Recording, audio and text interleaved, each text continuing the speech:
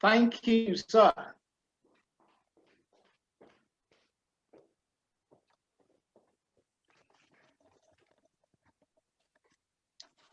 Hello? You're welcome, sir. You're welcome, sir. Okay. Yes, thank you very much. I am going to challenge myself, and I'm going to ask for our colleagues to put it in the chat room. If I'm to speak for 5 minutes, what would you like me to speak on? I'll go back to BVN. BVN is branding, visibility, and networking. That's what I wanted to talk about. In terms of how you can, we know that we need to upskill. We know that we need to reskill. We know that we need to develop entrepreneurial mindset. Oh, people said that they love the BVN beats. Okay. I am going to start BVN, so you remember. Okay, that's what you want me to talk about. Now, in the research, did you remember the pie I was talking about when I was speaking? That how many percentage will you give to performance, image, and exposure? I want you to put it again in the meeting charts.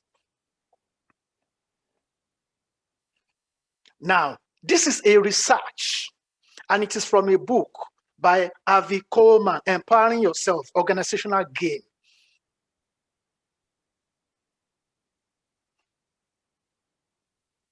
Okay, image 60%.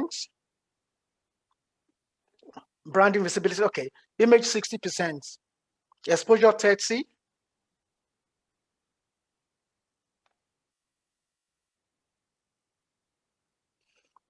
Okay. This is what this author says. I am making an assumption that you reskill yourself. Branding, performance is taken because they employ you because you can do the job. You should know that. Performance, then image, this is what people think about you, your brand. What people think about you. That's the reason why I'm talking about BVN. What your staff think about you, what others think about you, your personal brand. Do you maintain a positive attitude? But let me tell you the joker, your image.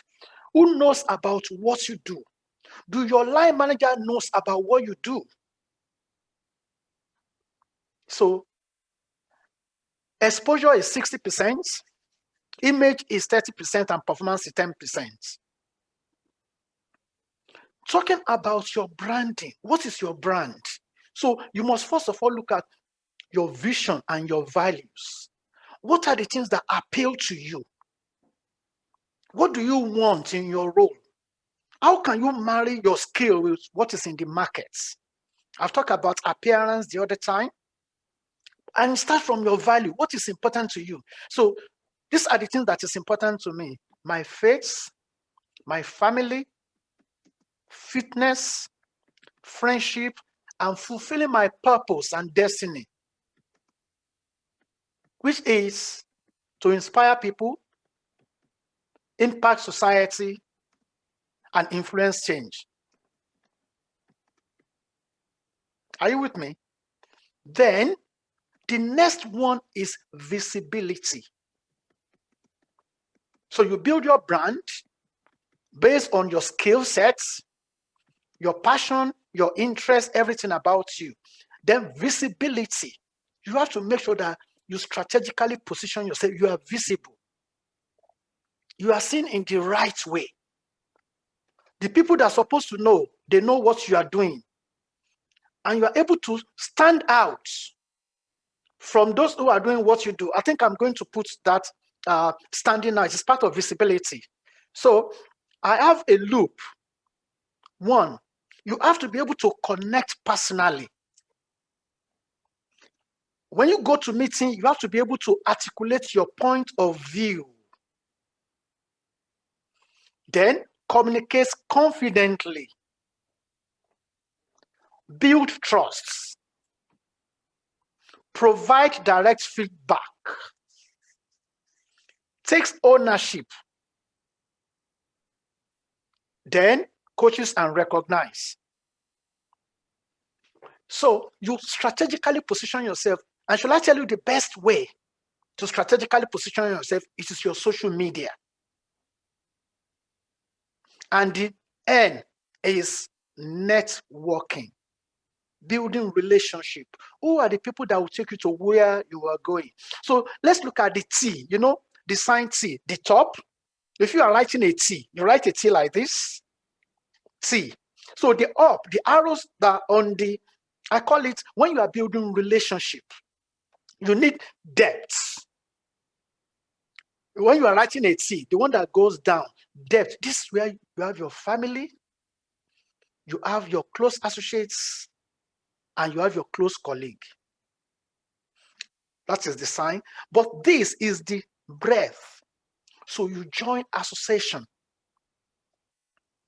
You look for mentors, people who will stretch your thinking, people who will stretch your thought process. That is the BVN. Now, all of these things are good. You remember I said something. It is what you do in the morning. When you wake up tomorrow, I think I'm going to put this in the meeting chart. This is one of my game changers. It is called www.futurelearn.com. Futurelearn.com. You can do some of the courses where you can develop yourself. You can start to learn new skills that will propel you further. You can never go wrong with digital skill. Zoom, Microsoft Teams, ability to communicate virtually, ability to prepare. So it is what you do in the morning. It's very, very, so let me just ask, when you wake up in the morning, I have 2 more minutes to go. What do you do first thing in the morning? My dear sister is reading a fantastic book, Lara Yeko. So you pray. Okay, that's fine. I'm just going to add with what the first thing you do in the morning, because this is very, very important. Tell me what you do, and I'll tell you what I do in the morning. Word of affirmation, fantastic. What else? Meditate and pray. Okay. Do you want to learn what I do in the morning? Okay. Check messages. This is a game changer. If you learn anything from me in this session, it is what you do in the morning. What you do in the morning determines your day. How you wake up determines everything. So when I wake up, can everybody hear me? Yes, we can. Okay. When I wake up, the first thing I do a deep breathing exercise. So because when we wake up with a lot of stress, especially what we are thinking about. So I breathe in and I put my hand on my tummy to exhale, and I do it 5 times. And when I finish doing that, I go downstairs. Are you with me? And I say, thank you, Lord, for today. I go downstairs to go and put on the kettle. Are you still with me? So when I put on the kettle, I will squeeze lemon and lime in hot water. Then I will put it here. So I will drink what you call a glass, a big glass. Then I will go and pray. So I start with spirituality or solitude. That is where meditation comes in. Everything I've done, I will not check my phone. Before lockdown, I will head straight to the gym for 90 minutes or go power walking. exercise. That is where I clear my brain. In the house, I do exercise. In that exercise, I will move into affirmation. Spirituality, affirmation. I say positive things to myself. I am endowed with seeds of greatness. Today is the day the Lord has made. Will rejoice and be glad in. I am ready. I am fired up. Then from there, I move into visualization. I visualize the day. I visualize, what do I want to do? So today, I visualize that I am going to give you my best, that you are going to enjoy it, and I set up the way I want everything to look like. So I am opening my secret. I'm sharing my secret with you. So when I was delivering my keynotes, okay, when I was delivering my keynotes, maybe somebody will get this. Was I sitting or standing? If you can put it in the meeting chat, was I sitting or standing? What do you think? Ebele, you say I'm standing. Okay. Sitting. Okay. Standing, sitting. Okay. I was standing. So I have changed my set. So I have used 2 sets. I visualize it because I need a lot of energy to be able to do that.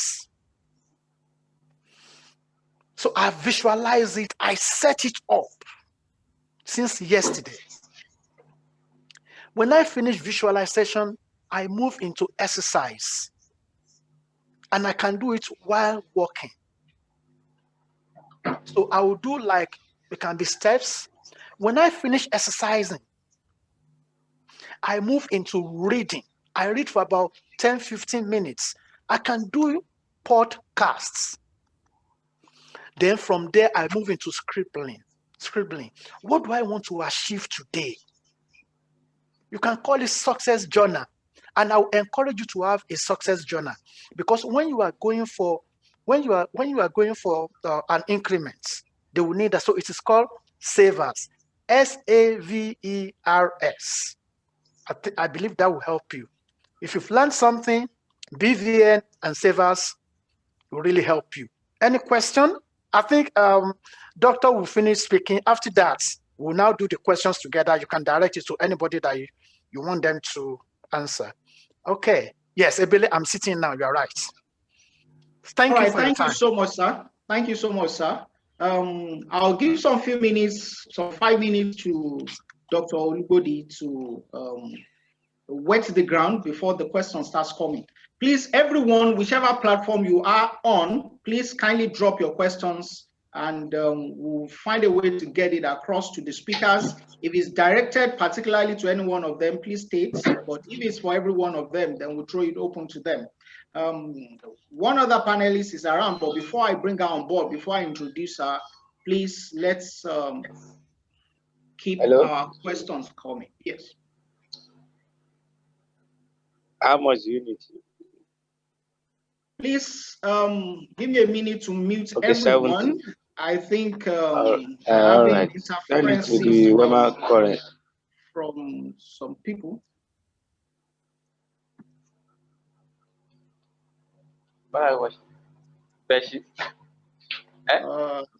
Just a moment. Please, other admins, help me to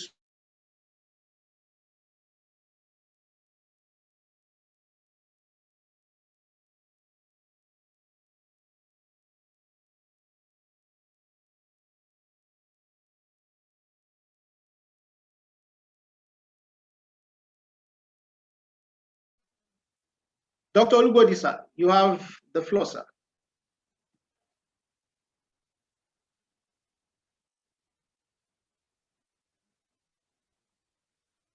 Are you there, sir?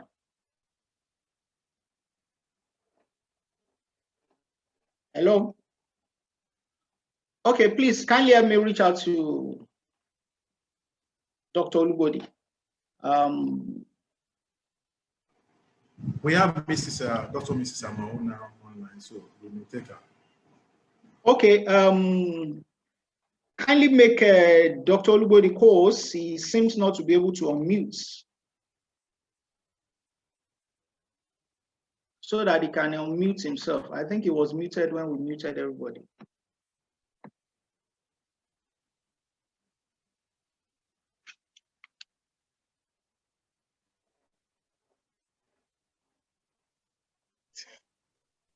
All right, thank you. Now I can unmute. Maybe the first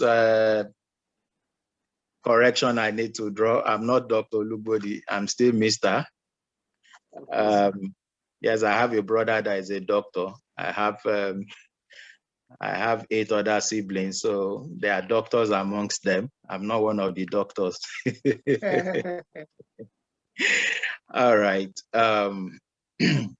Well, I think I've said most of the things I was going to say during my keynote. But of course, maybe just to add 1 or 2 things. One thing I know in the workplace of today is that things are changing so fast. The pandemic has changed a lot of things. There were a lot of statistics that people were saying that by 2030, by 2050, this was going to happen, that was going to happen. But interestingly, when COVID-19 came, most of the things that were predicted that were going to happen maybe some 10 years from now, they have just come. Things are already playing out. Of course, workplace have gone so remote. I know people that from March last year up till now, they've been working from home. And incidentally, also because people started working from home, organizations started discovering that, oh, all right, so we may actually not need as large a workforce that we had before now. So if we downsize, it may not really affect us so much since things are happening, despite the fact that we are not in the office and everything. And we saw organizations really downsizing. A particular organization actually went so down to laying like 70% of its staff off. You know, the way things always play out in my mind is the fact that 70% of workforce was sent off. 30% were made to stay. So what were the criteria? What were the parameters that were used that made 70% to go, and then the 30% stayed? And the question I'm trying to ask is that if your organization is also downsizing or right sizing, would you be part of the 70% that will be sent home? Or would you be part of the 30% that will be so indispensable? You know, so what I'm trying to drive at is that let's start making ourselves so indispensable, regardless of the time, regardless of what is happening around us. And for that to happen, it's going to take a lot of self-development from the side of employees, from the side of professionals. I know people that in this time and age, they're still waiting for the organizations to come up with some training programs for them and how to upscale and everything, you know. But these days, these are the days of DIY, do it yourself. These are the days that you put in a lot of personal development. You keep developing yourself, you keep working, you keep doing things to yourself that will make you so indispensable. You keep taking up skills that will make your organization know that, no, there's no way we are going to just push this person anywhere. So one thing I just want us to I want to drive home today is that come rain, come sunshine, can you make yourself so indispensable in your organization in the way you upskill, reskill, and cross-skill your life? So that's what I'm going to drop before any question comes. Thank you. Thank you so much. Thank you so much. I really appreciate that. It's my pleasure to welcome as one of our panelists, a very strong woman, a woman of many parts. I've been privileged to listen to her a couple of times, and it's always been refreshing. All right, please, it's my pleasure to introduce to you Dr. Ibilola Amao. You're most welcome, ma. I wouldn't say good morning, good afternoon, because I don't know which part of the world you are connecting from, but I'll simply say good day, ma. You are most welcome to this panel. Good afternoon. I'm in London, so I'm just 1 hour behind you. Thank you so much, Dr. Ayo Adeyemi, who is more of a brother now, I would say. And thank you to La Roche Training. Congratulations for your 12th anniversary. I'd like to commend the earlier speaker, Dr. Dayo Olomu, who, I could resonate with his spiritual side of things. I think I'm a bit too lazy to do as much exercises as he does, but I mean, it's very interesting that he emphasizes on physical training.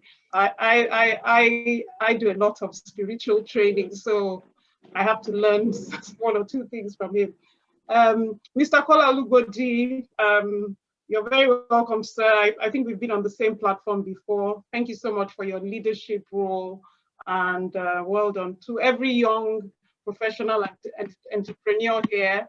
I'm going to try as much as possible to encourage you in my own little way as I share my screen to make a very short presentation. I hope I can share my screen.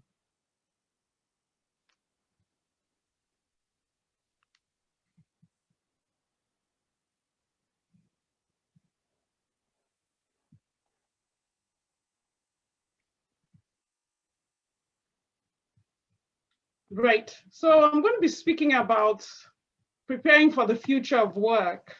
And I have to be honest with you, there's no future of work right now. We're inside the future of work, whether you like it or not, because of the pandemic.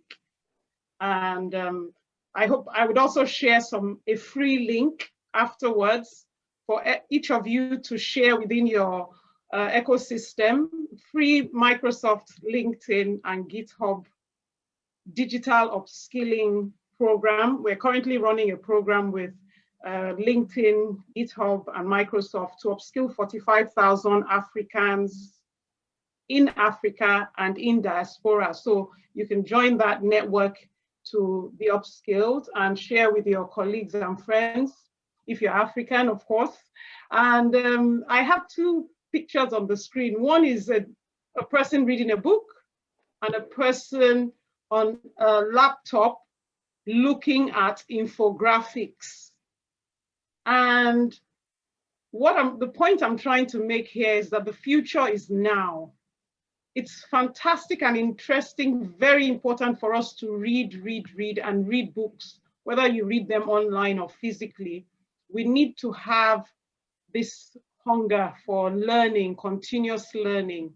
But I must say what digital is doing today is enabling you gather so much data, information, and process qualitative information to have a infographics that enables you make quick, fast decisions that position you ahead of the competition, your colleagues, your peers, and what have you. So the future of work is really about how do you position yourself to be able to have foresight, cross-sight, insight, and take advantage of information, data. So I won't bore you with the contents. I like to say coming together is a beginning. Keeping together is progress. Working together is success. So as short as my presentation is going to be, I'm going to try and encourage us to work together. This is a little bit about me. I'm very passionate about youth empowerment. Lonadec is an engineering, technology, and innovation solutions company. We've been in business for 30 years by September this year. We're an ISO 9001 2015 company. We deliver engineering technology solutions in energy, power, infrastructure, oil and gas. I am on the Council of the Energy Institute in London and a panel of judges for the Royal Academy of Engineers in the UK. So I shuttle between the UK and Nigeria, but I've been here for a while now because of the pandemic. So I'd like to talk about the human capital asset ladder, because positioning yourself for jobs of the future is basically about what you can deliver. And the speaker before me did make the same point, that if a company was going to downsize, which group would you like to be? Would you like to be in the core group that the organization can do without, or would you want somebody to tell you, so sorry, you will have to leave? So whether you're in the Generation X, Millennial group, or Generation Z, your focus has to be, what can I deliver? How indispensable am I to myself, my family, my community, my employer, or my customers? Because I like to think of professionals, leaders, and entrepreneurs. And I think we really want to be the best of whichever of the boxes we're wired to be. So understanding yourself is so important. You need to know who you are. You need to know your potential, your passion, your talent, and be able to connect those cardinal points in your being to be able to become a sustainable capital, human capital. And that's based on strategic insight, teamwork. You need to work in teams. You can't do as much as you are created to achieve without working in teams. You also need to be able to ideate. The speaker before me mentioned meditation, inspiration, and I must be honest with you, we are spiritual beings. If you're not well connected to your spiritual being, it'll be very difficult for you to ideate, innovate, and get the wisdom, knowledge, and understanding that can only come from God. And for you to be able to optimize your asset as a creation of God Almighty, you really, really need to be wired into a discipline with God, where you not just communicate with God, but you effectively hear from Him. I mean, I'm sure all of us were taken by surprise last year. I left Nigeria in February last year for the Energy Institute IP Week, and I plan to return to Nigeria in a month. I've been here for almost a year in England because I got caught up in the pandemic. The airspace was shut 3 days before I returned. So I had to make lemonade out of my lemons. So rather than shuttling between London and Nigeria every other month, I've had to make an abode here and drive my business in Nigeria, which we've been working from home since March last year, and continue to engage with customers, clients, family, and what have you, digitally. So we're back to the point that virtual work and remote work has to be driven digitally, and we need to be upskilled digitally to position ourselves as human capital asset, irrespective of where we're located. So we must always have a purpose. So because we're in a very dynamic situation, our DNA must be wired to our purpose consistently. So if you have a purpose and you'll have a good understanding of your DNA, it's very easy to have a clear line of sight. But if you don't have a purpose, when things change around you, you keep changing here and there and be perambulating or going around in circles. So I would always like people to engage with a mentor or a coach or have a role model and look at your potential, your talent, your passion, and connect your dots to be able to define your purpose.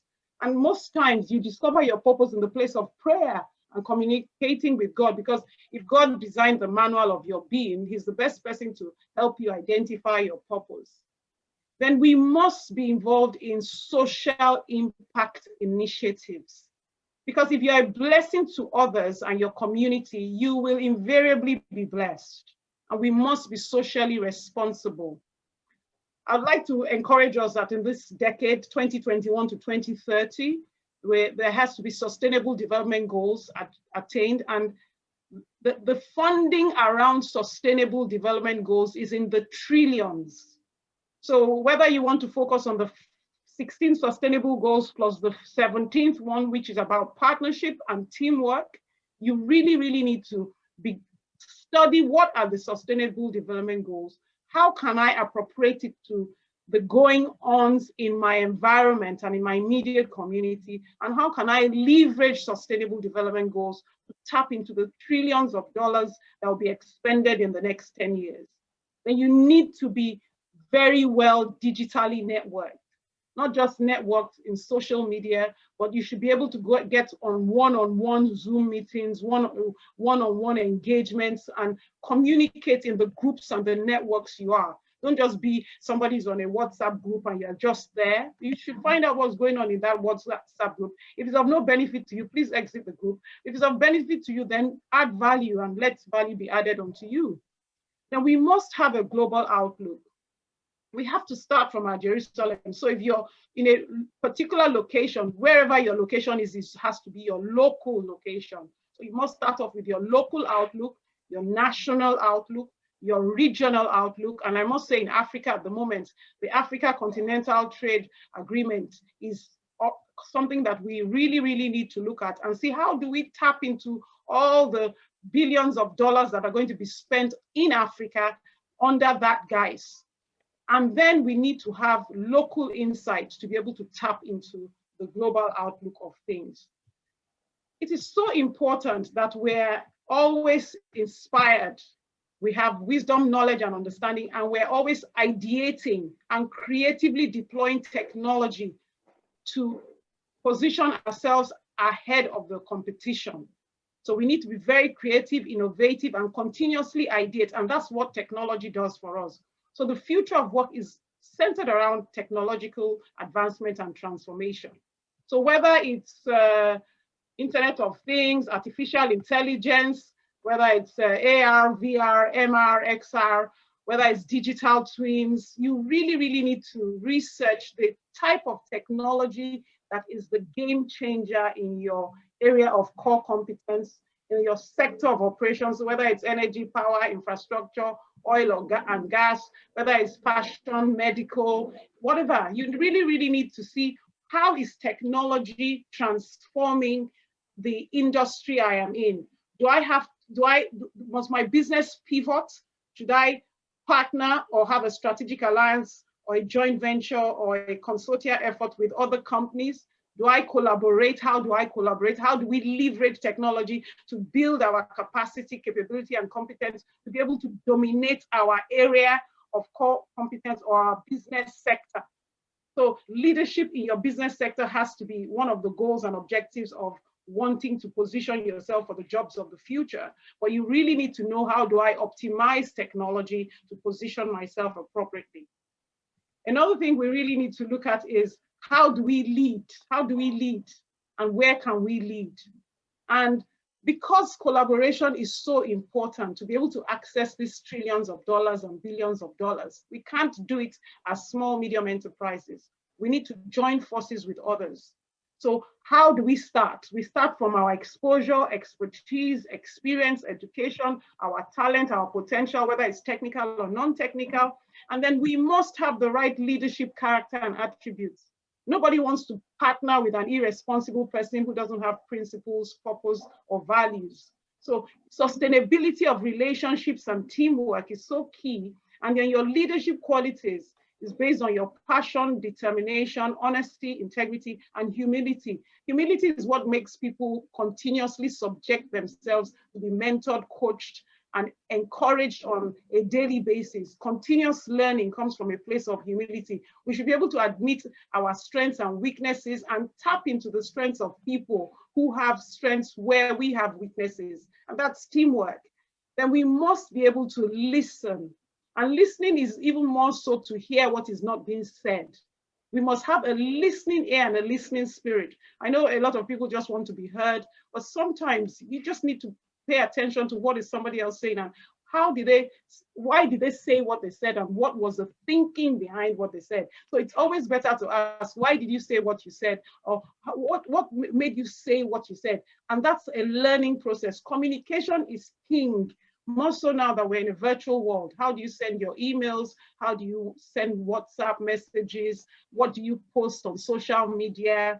How are you engaging your customers, your clients, your friends, your family, your ecosystem, your network? And how do you appreciate people? I mean, because the way you appreciate people, communicate, listen is what really strengthens your network.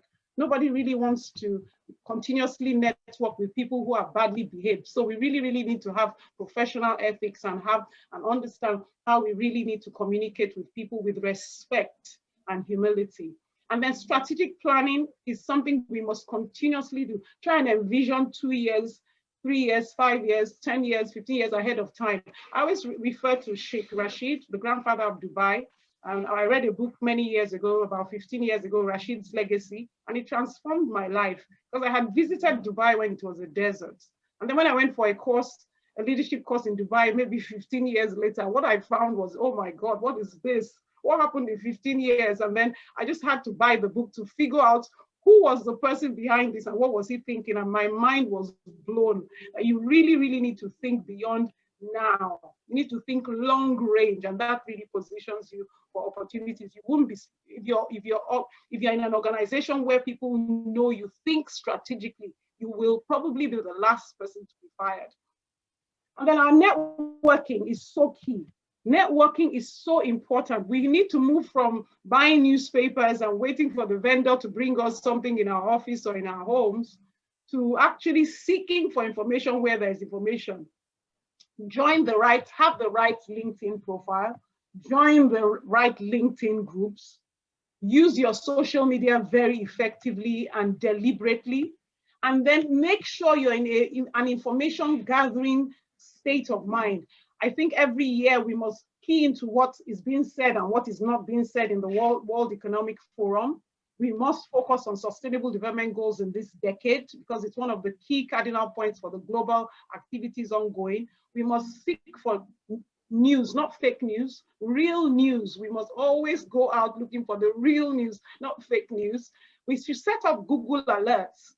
In your areas of interest, your areas of core competence, your business activities and engagements, have Google alerts. On a daily basis, I get at least 5 Google alerts, which really, really gives me industry knowledge and information about what I should be doing and what I should be strategizing for.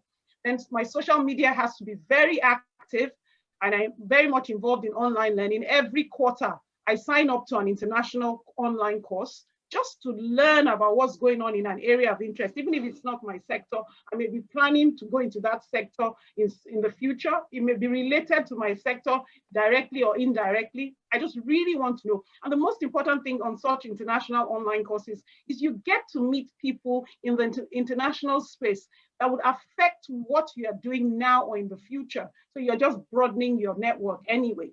And then scholarships, awards, fellowships, and grants are things that you should put yourself forward for, or people in your ecosystem, especially people in your office and people in your team. Because as you empower people in your team, they will be able to challenge the status quo if you are thinking poorly or you're not thinking far enough. So you should be open to people challenging your ideas and your ideation, because 2 good heads is better than 1. So I invest a lot in empowering people in my team because I want them to be bold and courageous enough to ask questions and ask why I'm making such decisions.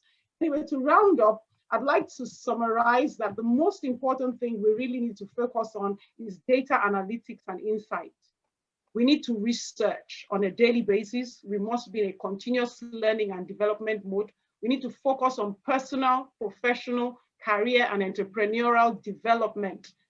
A lot of people today are working from home as consultants, experts, or running businesses, digital businesses. Even if they have a job, they could be achieving a lot more in their passion and talent. We must access relevant documentation efficiently, analyze details and information from various sources. We must network real-time, online, and on demand.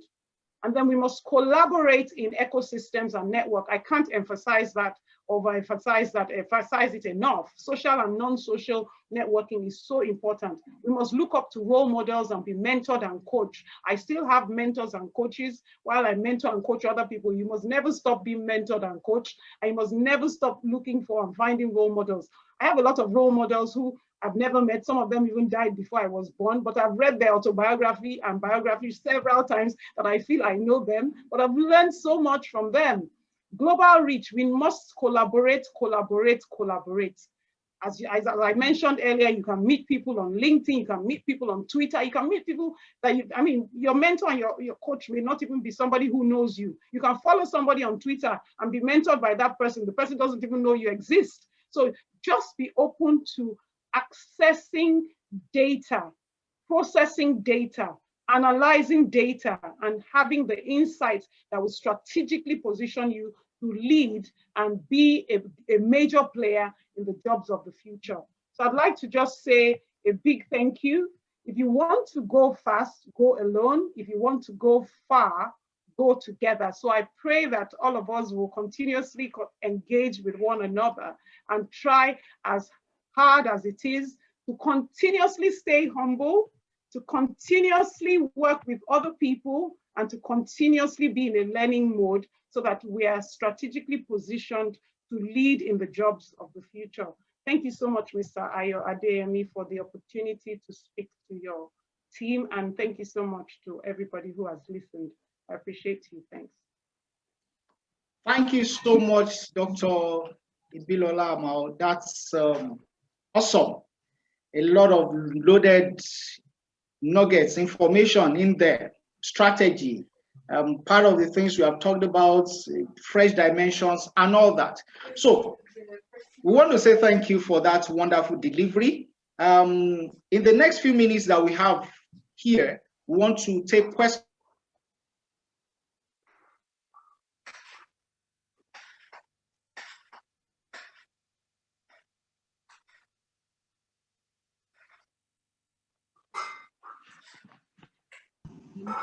Awesome.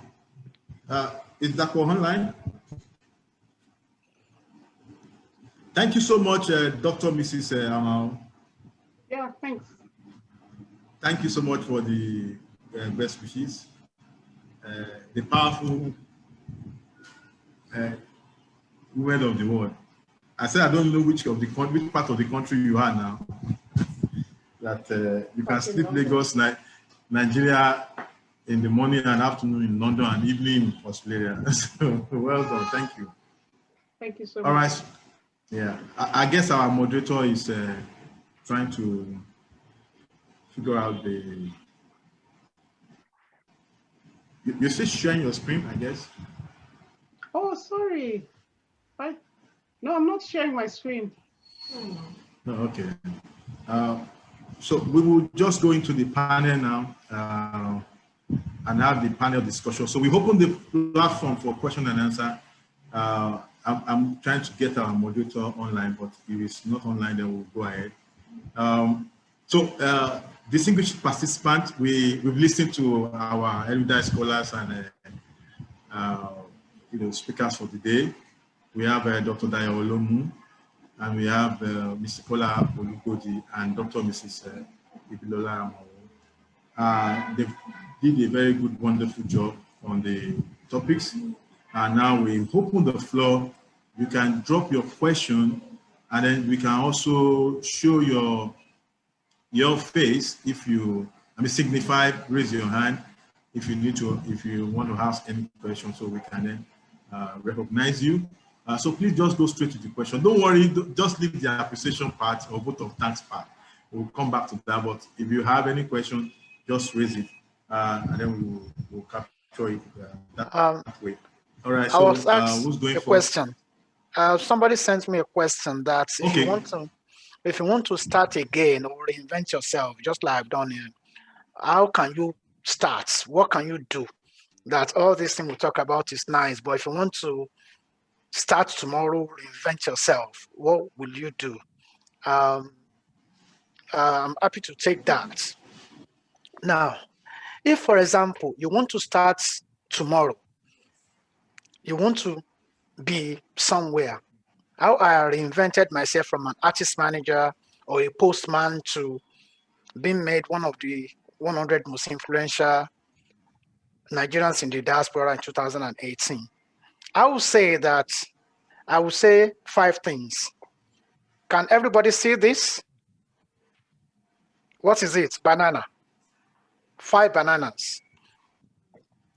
And it's carbohydrates. The first thing you need to do, and this is very, very, very important. Clarity is key. Clarity is power. Where are you going? Who do you want to become? What is your next level? What is your direction of travel? Clarity of vision or clarity of goal or values or clarity of your next level is very, very important. How will you get there? Who will support you to get there? Then number 2, you have to take action. Like I said, an ineffective plan executed today is better than a perfect plan delayed till tomorrow. Then the B, you have to believe in yourself that you have what it takes to make it. Then you have to build relationship. That's the R. Build relationship. And Dr. Amao has talked a lot about relationship, build relationship. And the final one is stickability. Stick to it. They call it grit. Don't give up on your goal, but clarity is very, very important. You have to start from somewhere. You need to be crystal clear about where you are going. Thank you. I hope I answered that question. All right, thank you, Doctor. Okay, so do we have any question again? All right, okay, I think this is. Do we have any question, please?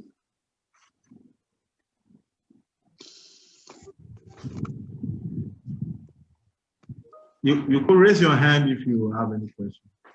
Should we allow others to also contribute to that? Maybe another angle. How to start, if they want to start tomorrow. The other panelists to talk about if you don't have any. Yes, the panel. Yes, yeah, the panelists are. You can unmute yourself and add your voice. Okay, thank you. I think I'll just say you need to start from what you have, and you need to reach out to people who have either done what you would like to do and ask them to mentor you or coach you. And then you need to find people of like minds. And teamwork for me is so important. The first, when I was going to start my business, my family was my first place of call. And you need to test your assumptions with people you trust, people who want the best for you. Honest feedback and constructive criticisms are assets that I believe are probably so valuable that at the inception of your business, it's probably more valuable than money. So there's the intellectual capital that we can tap into. And even when you're structuring your business, having an advisory board or a board of directors. So it may not necessarily be a company that has been registered with CAC and has an office. Your company starts off from being a seed in your mind. The quality of advice and input you get from your first constituency is so critical to how you nurture that seed, which is an idea. So from the ideation stage, strategizing for the long haul and defining the business model is so critical, especially in the digital age where things happen so quickly and so fast. You really need to test your ideas first before you throw the ideas out there and accelerate the growth of your business. In the days when we started our businesses, maybe 30 years ago, we could make mistakes and it wouldn't be noticed because it was not virtual. But these days where so many things are online, you really don't want to be crucified for making the wrong moves in public, digitally. And so it's so important. The quality of people that surround you, the quality of people that challenge you, and give constructive criticisms to your thoughts and your ideas is so critical. So intellectual capital is something that we really need to put ahead of funding, because you don't want to be in debt because you have funded the wrong idea. Thank you so much. Right, thank you, Dr. Mrs. Okay, okay, we will go this way. Dr. Okay, you are back. You want to take over from here. So now we are in the final session now. But before I drop the mic, let me ask this question. Dr. Ibilola and Mr. Kola Olugbodi and Dr. Dayo Olomu, you are all employers of people. And since the experience of the pandemic where you're still here, what will you say has been that significant thing for you that has changed in the world of work or in place of work that you think an average employee then need to pay attention to? What has that been that significant thing? You all have employees. A lot of people perhaps are got their downsides. Some are said they reorganize and all of that. But you still retain, or you have quite a number of employees still in your establishment. So what is that unique thing that in this period, or given this experience from pandemic, that is that unique thing that we want you to see, bring anybody on board or make you to still want to retain the crop of staff? So we want to go first. The floor is open. Should you say ladies first? Okay, thank you so much. Last year in March, end of March, when we decided to shut down our physical operations and work from home, I took a decision that we will not fire anybody. We were going to work together through the pandemic. And our priority was, one, we were not going to lose any lives. Lives were the highest value to us. And then second was we would not lose customers and clients. And third was we were going to accept a reduction in our salaries. And immediately we overcome the issues because there was a drop in oil prices at that time. Our clients, our international oil company clients, negotiated a 40% discount on the contracts we were running, which had an adverse impact on our revenue. So we all took a 40% salary cut, which was basically a back-to-back arrangement. So everybody knew why we did what we did. But people like the receptionist, the staff bus driver, people that we could do away with, we decided to carry them. Those of us that were client-facing decided that in line with our people-first strategy, we were going to carry them. So whether you are working, I mean, they didn't really have much they could do for us. We just asked them to please support us from their homes. They weren't doing any, they weren't really online contributing with us. So we decided we're going to have staff meetings twice a week. We were going to pay for people to have internet access and upgrade their IT systems so they can engage more effectively with our customers and clients. And then we started working from our most important clients to other clients to see how we could work through the pandemic with them. I think it's been rough, but this year is looking much better. We haven't lost any lives. We thank God for that. And we've been able to engage one-on-one with our clients over the time, over a scheduled program, to see how we can pivot or tweak our business model to provide the goods and services we can virtually and more effectively. So for me, I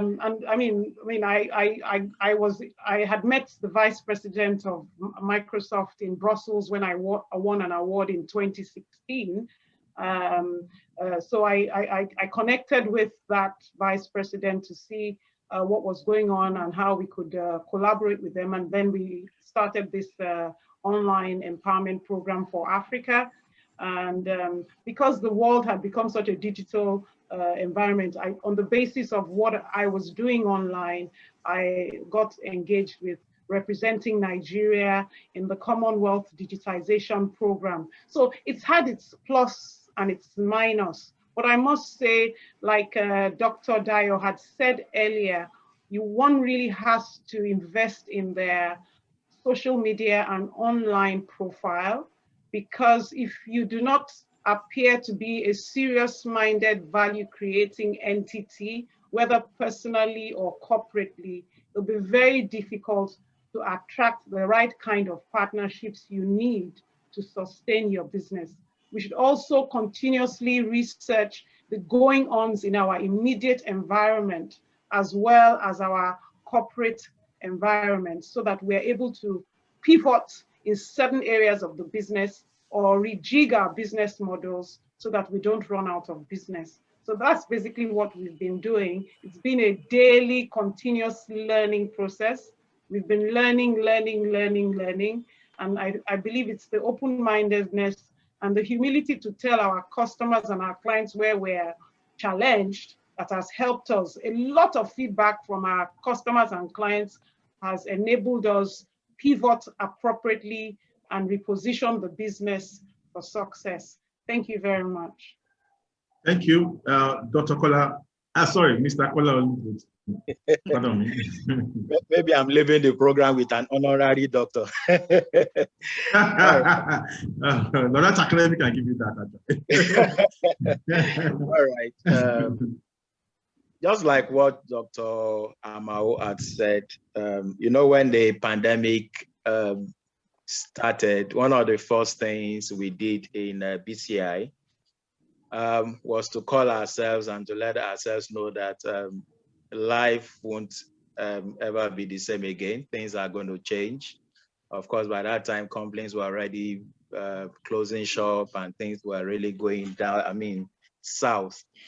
But one of the things we told ourselves was that, number one, we were not going to sack or downsize.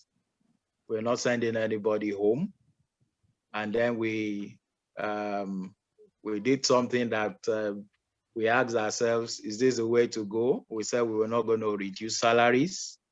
BCI has like 60 staff on its payroll and another 40 on commission. But we told ourselves we're not going to reduce salaries. We're not going to send anybody home. And if we're going to do that, then we need to work as a team. And everybody knew that we just need to face this headlong. Of course, we know it was going to affect our bottom line. We knew it was going to affect the performance for the year, but we felt if these people have been so wonderful in the organization over the years, should we allow a particular challenge to make us just send everybody home like that? So that was why we just decided like that.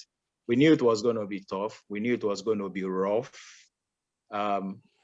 But of course, one of those things about life is that challenges will always come. And then somehow I always believe that when those challenges come, they stretch you to do much more than what you're doing. And of course, you're already seeing the results. One of those things we did was that we're going to diversify. We're going to go beyond what we are doing now. We're going to look for where is the business now? Where is it flowing? And interestingly, to the glory of God, even some of the services that we never paid attention to were the ones that started thriving.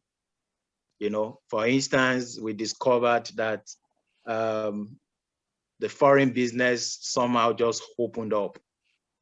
It just opened up. For those that don't know, what my company does is basically risk management, due diligence, and background check. And then we just discovered that in some other countries, our services were needed. So if companies were not recruiting in Nigeria, and then we could not do background check, employment background check, we discovered that some other type of services started manifesting, so to say. And then, of course, real estate is still going on. So we just started diversifying into some other aspect of business, which maybe if the pandemic had not happened, maybe our eyes would not have opened to those other things. And then, of course, one very key thing that we just knew that we just need to keep doing is to remain relevant and remain on top of people's minds. So publicity and advert was not something we were joking, and we are still not joking with it. In BCI, we get so relevant, and of course, publicity and advert these days goes beyond what happens in the media. The real place where it happens now is on the social media, where your clients are, where the people you interact with on your client side, where they are. So we just make sure we meet with them, and we are always before their face, so to say, almost on daily basis. And yeah, things really, for last year, so to say, yes, we know we did not end it the way we wanted, but it wasn't as bad as we thought it was going to be, you know? So it's just a way of not dying before death comes.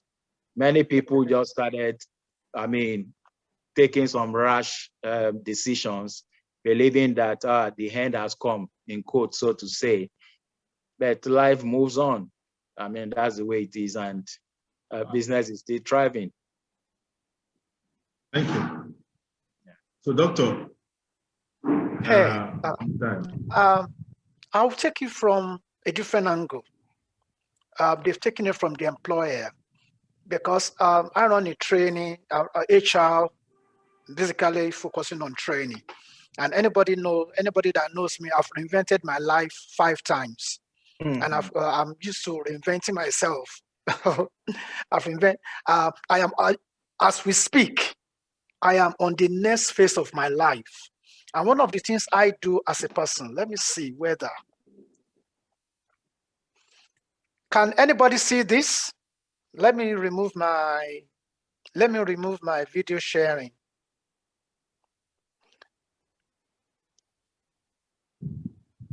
Okay.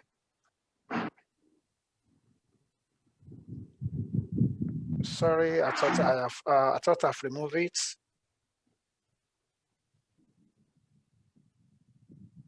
Yeah, I think so. Okay. Okay, yes. Can anybody see this? Oh. Can we all see it? This is a notebook that has metric arithmetic table. I started writing journal in 1986. I've had this book since 1986. So anybody who is a professional must know that the future is the ability to reinvent yourself. It depends on the business that you are in. If you are a musician, you won't be able to pay staff salary. We are so lucky for Mr. Olugbode and Dr. Amoa. They're in a business that they can cleverly do.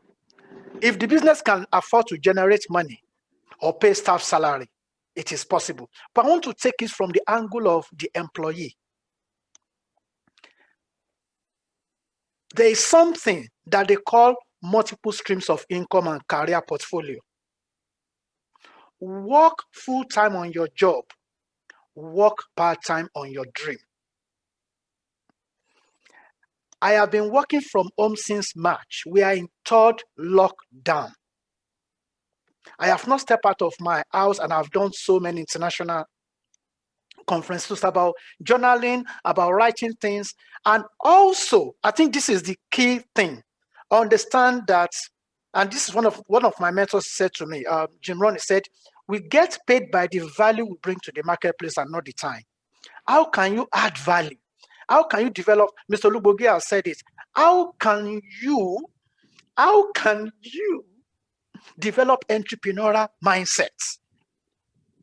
And in UK, for example, digital skill is very, very important. How can you work from home and still be as effective as you are? Because employer are going to ask you, we can't pay your salary. Can you generate that salary? Can you go on commission? We don't have money. What do we do? So how can you reinvent? How can you pivot? That is the way forward. So it is about everybody developing an entrepreneurial mindset. And I allude to what Mr. Lubogi said earlier on, because I took notes. What Brian Tracy said to him, that in any industry that you are, you have to see yourself as self-employed. It's very, very important. When you have that mindset, then you'll be able to pivot. I think it was Professor Carol Dweck who wrote a book on growth mindset. So it's about developing that growth mindset that will enable you to excel. So it's very, very important, especially your prime time. You know the prime time in the evening, that is the best time for you to do everything. And I would say that start from futurelearn.com. That is a fantastic place where you can learn. Dr. Amao said it, and you connect with people from different parts of the world, and you learn so many things. The most important thing I would say is add value. We get paid by the value we bring to the marketplace and not the time. If you add value, when they ask everybody to go, you'll be the last person standing because they know that you add value. Thank you. Thank you so much. Thank you.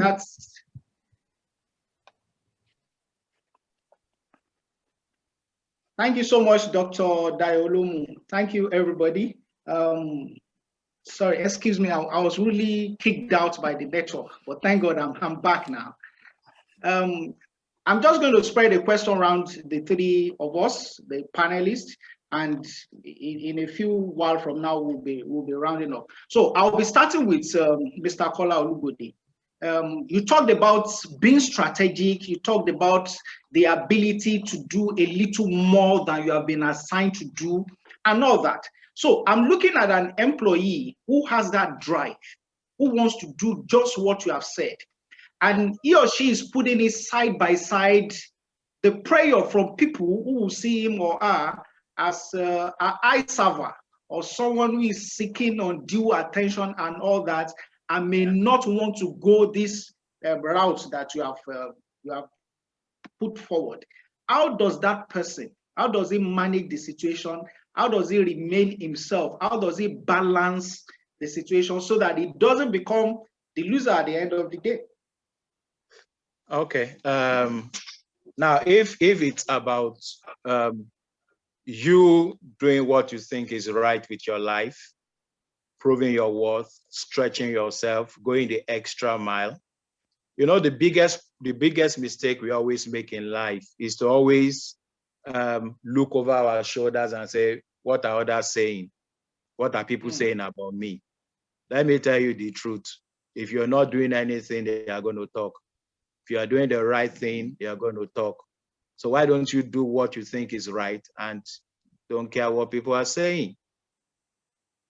But anytime you want to listen to what people are saying, you're going to slow yourself down. You're going to slow yourself down. So, and then somebody else also said that most times you're always thinking everybody's thinking about you. But the truth is everybody's busy thinking about yourself. So why not just run your race and live your life? So it's all about your values. It's all about your self-worth. It's all about what you believe about yourself. You know, in those days when I was doing those things, one thing I knew was I wasn't doing eye service. The second thing I knew, I wasn't competing with anybody in life. I don't compete with anybody. My company does not compete with anybody. We only compete with ourselves. I want to always be a better version of myself every other day. And up to today, that's what I do. So if I'm not in competition with you, so why should I be bothered what you think? I don't know whether you understand I'm trying to say that. So that's the way you can always do it. If you want to win in life, you just need to run your race. You just need to run your race. And I mean, up to now, that's what I still do. The question I thought you were going to ask is that if you want to do all this and you find yourself in an organization that feels, oh, what's the problem of this guy? Are you the only one? Mm. You're the one that want to handle this, you want to handle this, you want to be there. What's your problem?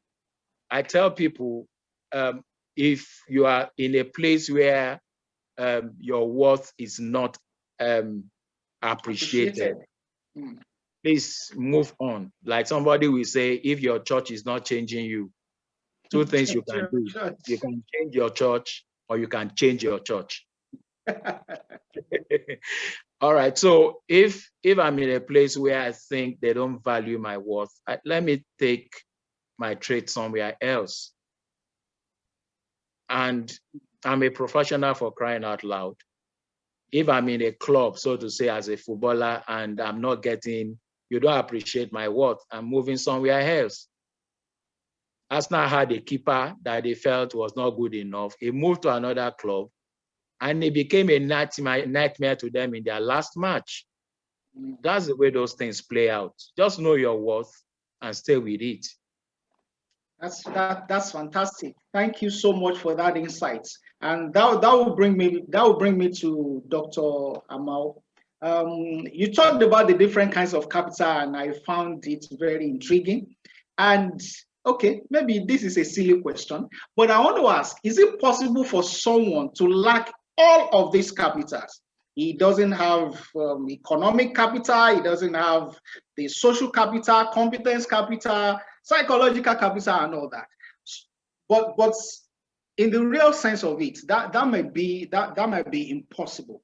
But we're looking at someone who has deficiencies in any or some of these forms of capital, and particularly social capital.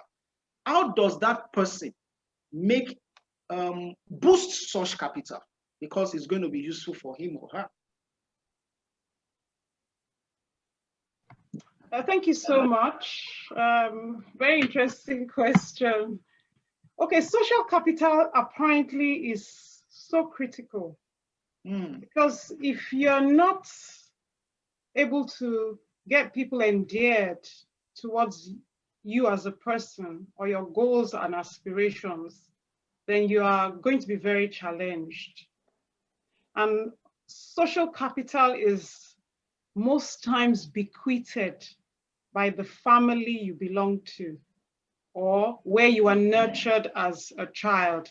So that's why sometimes I do sympathize with abused children who have grown into adults that lack social capital. While I would say, I mean, this is one of the primary responsibilities of a place of worship like the church, where discipleship and mentoring and coaching, counseling is required. Some people may lack the humility to even admit they lack social capital, talk less of request that somebody helps them. So the second opinion is teamwork is sometimes a way out of that huge problem. I remember when we traveled to Angola from the oil and gas industry many years ago, I think 2003, and there was a gentleman who was representing a particular company, and when they asked everybody there if they were the managing director to come out and say something, he couldn't come out. And why couldn't he come out? Because he wasn't the managing director of the company. However, he was best suited for that journey, and he probably closed a lot more deals than the rest of us, simply because his managing director had understood his limitation in terms of social capital and had requested for the coordinators of the program to allow his business development manager represent him. So sometimes, if you're humble enough to admit that you lack a quality that somebody in your team has, you can leverage the quality of the person in your team. If the managing director that lacked social capital had gone with us, of course, he would have come back even worse than the rest of us. But he was smart enough to know that he had an asset within his organization, and that person representing the company will do a damn good job, which is exactly what happened. So I think we just need to be very wise and humble enough to admit what we don't have, ask for it, and work with those who have it. and start learning and closing our gaps over a period of time. And where we cannot close it because we just can't, then we leverage other people's strengths in where we have weaknesses. I think it also speaks to our relationship with people. How do we treat people? How do we handle people? Contacts you've had over time, how do you manage contact management and all that? Well, I believe this is helping someone. Before I move on to Dr. Dayolomu, I also want to ask, because I know you are very high on technology, IT, and all that. Now we are talking about this dispensation where work has changed. And we know that in the nearest future, very short time from now, maybe in a decade, we might be talking about the disruptions that will be caused by artificial intelligence. So how do we prepare for what is coming with what we have at hand now? Because either we like it or not, was it in Dr. Dayo or your own presentation where we had that projection that, the rate at which job cuts were going, that by then it will have come down by as much as 30%. People will still be on their jobs, will be 30% because they will then be competing with artificial intelligence. So what preparations can I make now as against then in relation to upskilling or retooling? Okay, thank you so much. Upskilling and retooling is critical for the digital age, but new jobs are going to be created and new job descriptions will also exist. I think what would be key would be the human interaction, because with all these systems in place, you're going to have responsible, ethical people making key decisions. I'd also say that positioning oneself to be able to play in that space in the future is going to be determined on having a broad variety of skills. So you can't say because you're a technical person, you're going to focus on technical. You need to spread yourself in terms of skills and competencies. So your knowledge, your skills, and your good practice is what would position you out there effectively. And because we're going to be collaborating in time and space, character and attitude will count a lot in the recruitment process. People are going to be using psychometric tests and all kinds of, the recruitment process will definitely change so that the kind of competencies that are being sought after will be based on personalities more than, because your ability to work in a diverse team, your ability to say wake up at 2 a.m. to be able to conduct a part of your own scope of work because you're working with somebody in Australia, rather than saying because you're in Nigeria, somebody's waking up when you're supposed to be sleeping and having a bad attitude, is going to be what differentiates one human capital asset from the other. So like we said earlier, I think it's very, very important that we change the educational system, because the kind of educational system we have at the moment is not creating those kind of people. And for us to be able to compete globally and regionally, we really need to revamp our educational system to make sure that the high-tech ecosystem of the future is such that we have prepared the talent to be able to take full advantage of what presents itself in the future. So a number of different things will play out, but our social skills will be quite important. Thank you so much. I appreciate that. Dr. Dayolomu, are you there, sir? All right, sir. My question is going to be short, but for you, you will know that it is loaded. All right? I want to no, it's just a short one, a direct one. I want to upskill, I want to cross-sell, and I want to reskill. Do I have excuses for not doing them? There are a myriad of excuses I could come up with now, but are those excuses tenable? What is stopping me from upskilling, reskilling, and cross-selling? What is stopping me, and what can stop me, or who can stop me? Everything boils down to mindsets. When my father died, at 7 years old. And can everybody hear me? Hello? Can everybody hear me? Yes, yes. Okay. So when my father died, when I was 7 years old, and we defaulted into poverty, we were staying at Abekuta Street in a 3-bedroom apartment at Ebutemeta, and we ended up in Agege in a face me, I face you house. And I know that the only thing that will make me to be successful in life is to move away from poverty. And my life depends on it. When I was 10 years old, I know that when I was selling ice water at Yamakwaja, if I don't sell, we can't eat in the house. Then I know that I have to sell. When your life depends on it, when you don't have an option, then you will make it happen. When you come to the UK, when I came to the UK and I discovered that a crook has stolen my identity, he has used it to open a bank account and even got married, and I was invited to the wedding, and life became very, very challenging. And I have a vision of where I am going. I wrote a vision on the 1st of February 1993. I am reading it from my journal. I said, I want to make a generation statement that I have what it takes to make things happen, and I want to impact my generation. My vision propels me to where I am going. So I don't have any excuse. There is no excuse in life.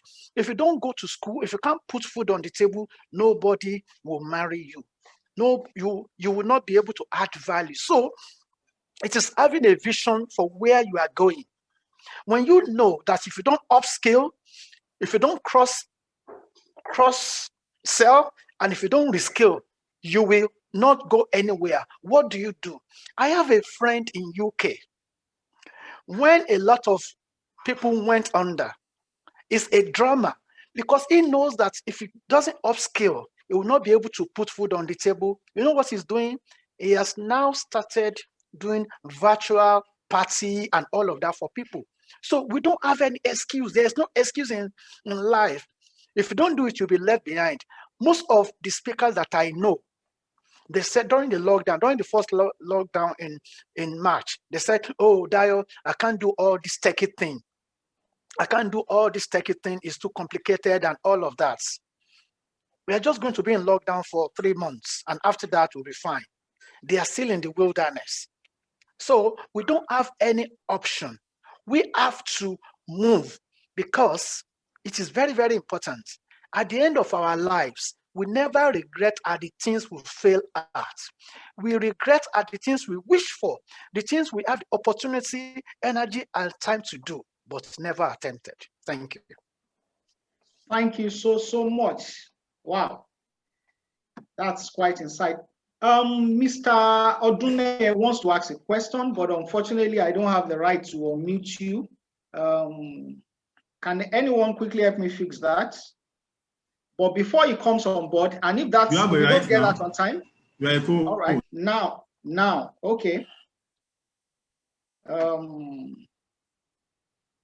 Mr. Keye, I hope I got the name right. You can unmute yourself now. Kindly make the question brief and concise so that we don't excessively overshoot our time. Mr. K.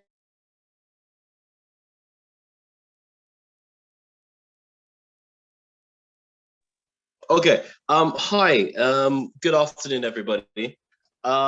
Great session. I'm here, of course, because of my mentor and my great inspiration, Dr. Dio, Dr. Du. Sir, love the session. Now, here's my quick question. Now, for a lot of the people watching this session, what happened?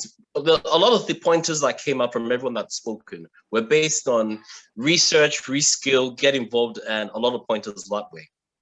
But when do people who are in a position where they're trying to earn, they're trying to get by, Job search is their most important goal, which means they don't have almost the luxury of side hustle. Now it's very much to pay your bills and survive. What would you say to inspire them to say, okay, you're starting from blank zero and point zero, and point zero is saying, there is no money. How can I start?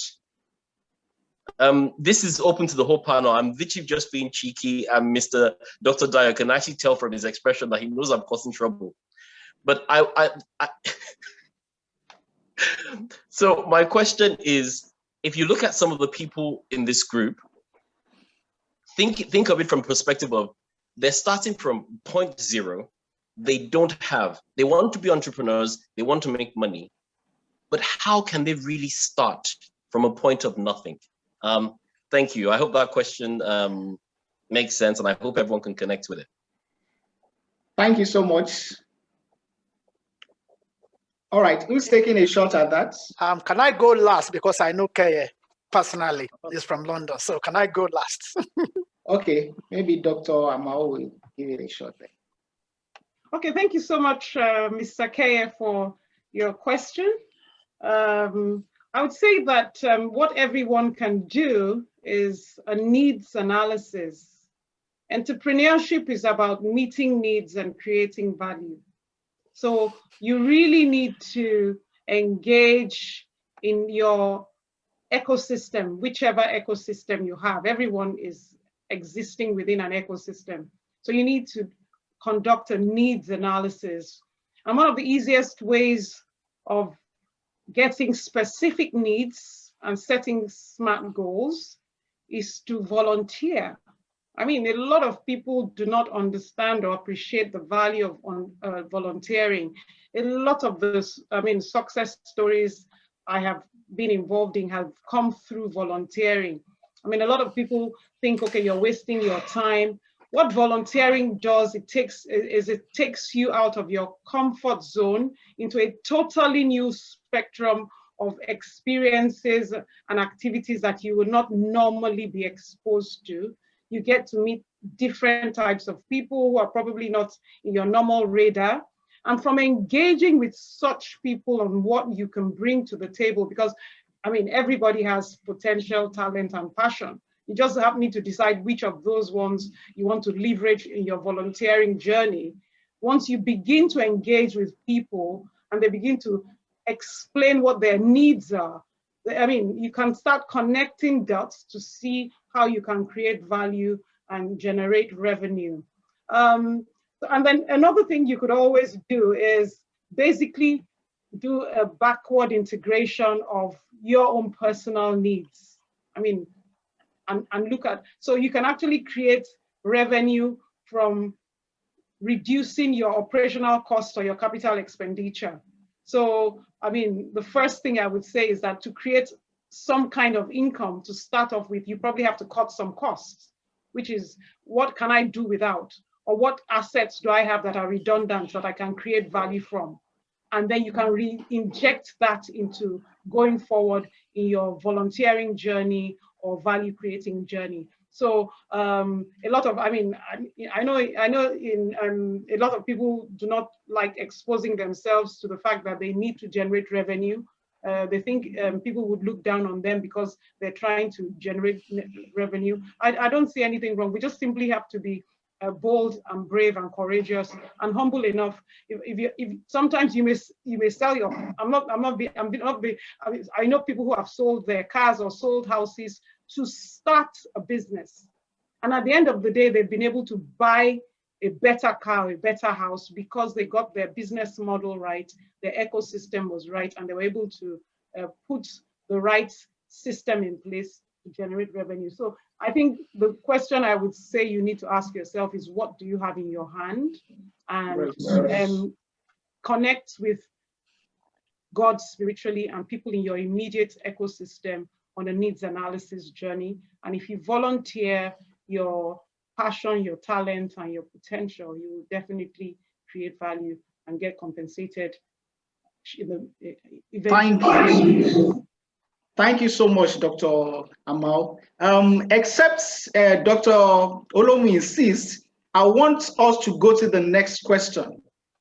Okay, you will go and do family meeting with Dr. Olomu. And for Mr. Olubodi, I want to direct this next question to you directly. Every participant, two panelists rather, can also contribute to it, of a young lady who is in a dilemma.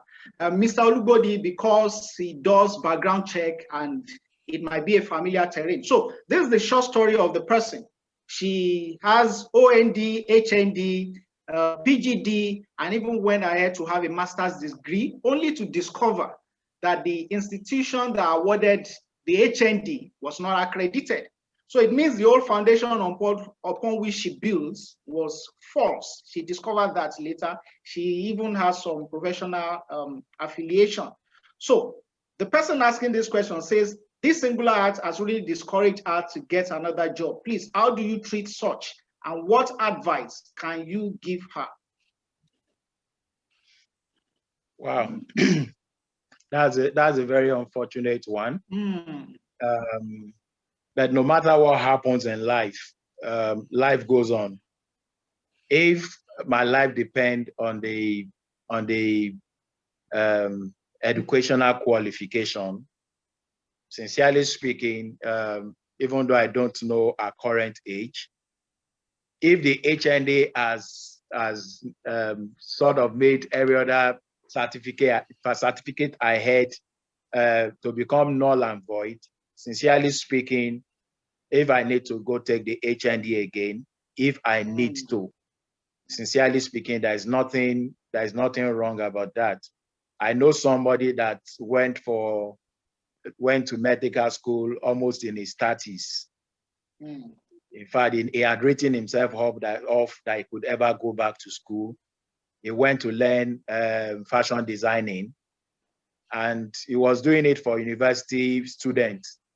And he was always regretting when they come, said, I would have been a medical doctor if not for. And one of them told him, there is no if not for. If you want to be, you can. And that at that age, he went for it, and now he's a medical doctor. So that's one. And then one other thing in life is that for some of us, we discover that we end up in life not really using our university degrees. We just venture into something else that is totally off what we studied in the university. If that comes your way, if you are caught out for that, of course, why not? But you say one thing that we have been talking about since we started is the fact that it's not even about what I studied in the university. Like I left university in 1988. Whatever they taught me then, I can tell you most of them have become so irrelevant because it's all about techie, it's all about digital, it's all about whatever. Anything and everything I've been doing in the last 10, 15 years were things that I had to relearn, were skills that I had to pick up even totally, on my own.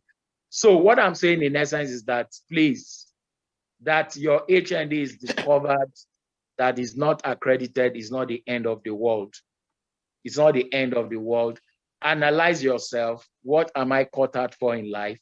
If I need that academic qualification to move on in life, then I need to just take some steps back, do the HND or go back to university and use my OND to do direct entry to university, have my BSc, and then you just move on with life. Thank you so much, sir. Giving up and throwing in the towel and thinking that it has ended is what is not correct. Thank you so much for that valid piece of advice. So to the other panelists, Dr. Dayo, you can choose which one you want to react to, this particular lady, or you still want to address your protege, Mr. K. To be honest, I don't have any, the expert has spoken. I don't have competency in that area. So I will leave it at that, and K, I can talk to K offline. Okay, that's great, because I'm very limited in time now. I have just 4 minutes to write this session. Okay, sir. Can I just chip in one thing to what? Let me add my voice to to the lady. Just a moment. Just a moment. Mr. Kola is still on the floor.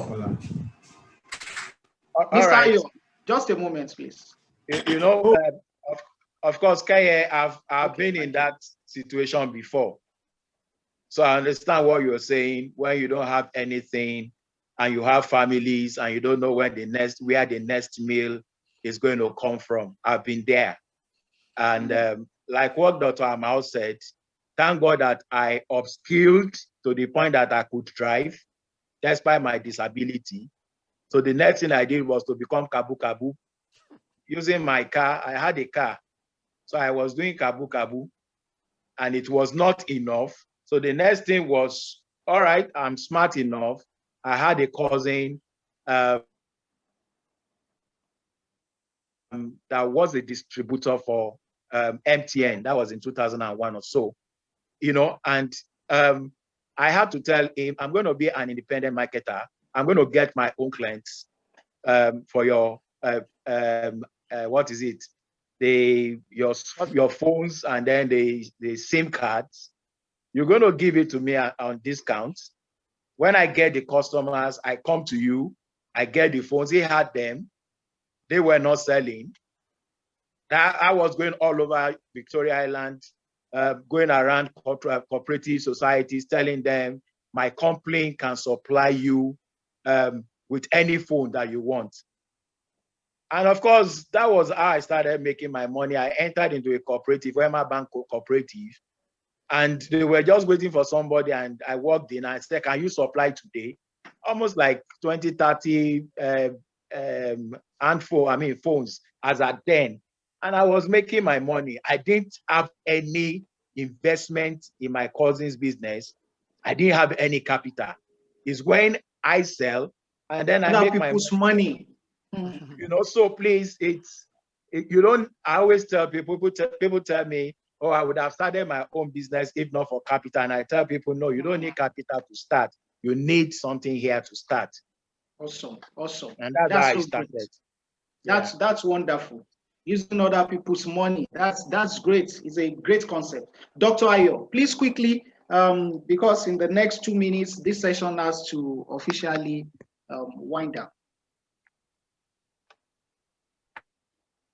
Dr. Ayo, please. Are you there? All right. I'm not sure he's still around.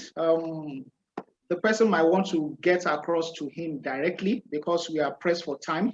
I don't want to push my luck too far. I've already pushed quite a distance. I was not supposed to come this far. So I want to say a big thank you to all our panelists. You've been awesome. You've been wonderful. Your inputs have been so beautiful. They've been life transforming.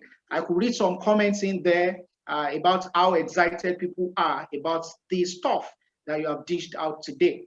We want to, on behalf of Lorach Consulting, Lorach Academy, we want to say a big thank you to Dr. Dayo Olomu for coming around, reaching us from the United Kingdom, as well as Dr. Ibilola Amao, who is also reaching us from the United Kingdom, and our own Mr. Kola Olubodi, who is reaching us from here in Lagos.